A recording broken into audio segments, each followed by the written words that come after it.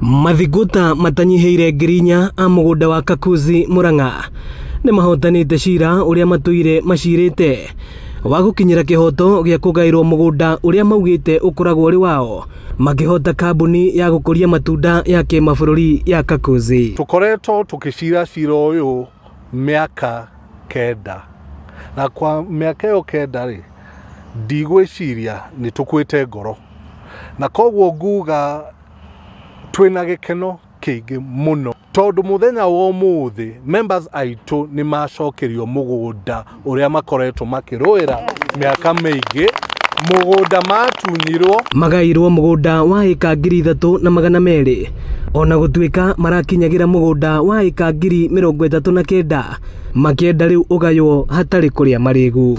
Tulikuwa tumeuliza tupatiwe ekari 39,000 but tumepewa ekari 3,200.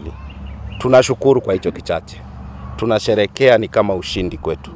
Kwa sababu hii miaka yote tangu tupate uhuru, hili shamba hatujaweza kulitumia. Marege kahinda gaka tuhuruke. Na ithuĩ twambe tukigania na kiu kinini kirekereirio. Kwajona rĩu okorwo nĩ twĩrĩtwo turoke kuona macembe.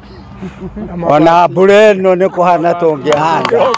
Kamĩtĩ ya kugaya migunda ya NLC nĩrĩkĩtie kũgathĩka ngathĩti-inĩ ya thirikari kũhetũkia mugunda ũyũ ũkorwo moko-inĩ ma aikari aya. Gazette notice ambayo imetolewa tarehe 14 November 2025, gazette notice namba 16,521 na uamuzi ulitoka kwa katika hiyo gazette notice. Commission imesema kampuni ya Kakuzi PLC iweze kuachilia ekari 3,200. Nijokeria thirikari itu ngatho tondu tiga ni thirikari itu tutingihota tondu Kakuzi ni kindu kiumu.